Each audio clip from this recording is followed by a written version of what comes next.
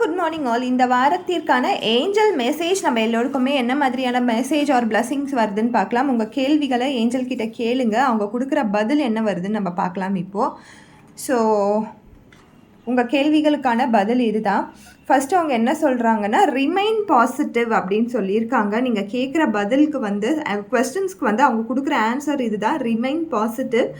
நெகட்டிவ்லேயே இருக்காதீங்க. நீங்கள் ஏதோ ஒரு கேள்வி கேட்டிருக்கீங்க, அது நெகட்டிவாகவே நினச்சிட்ருக்கீங்க, அது நடக்குமா நடக்காதா அப்படின்னு சொல்லி ஒரு தாட் உங்களுக்குள்ளேயே இருக்குது. ஸோ ரொம்ப வந்து உங்களை வந்து கன்ஃபியூஸ் பண்ணிக்காதீங்க. ரிமைன் பாசிட்டிவாகவே இருங்க, பாசிட்டிவாகவே நினைங்க. அந்த விஷயம் வந்து பாசிட்டிவாகவே நடந்து முடியும்னு நினைங்க. கண்டிப்பாக அந்த ஏஞ்சல் வந்து உங்களுக்கு நடத்தி வைப்பாங்க. அதே மாதிரி அவங்க கொடுக்குறது வந்து இப்போ கரெக்டான டைம் கிடையாது, அது நான் உனக்கு கொடுக்கக்கூடிய டைம் இது கிடையாது, கொஞ்சம் வெயிட் பண்ணு அப்படின்னு சொல்லியிருக்காங்க.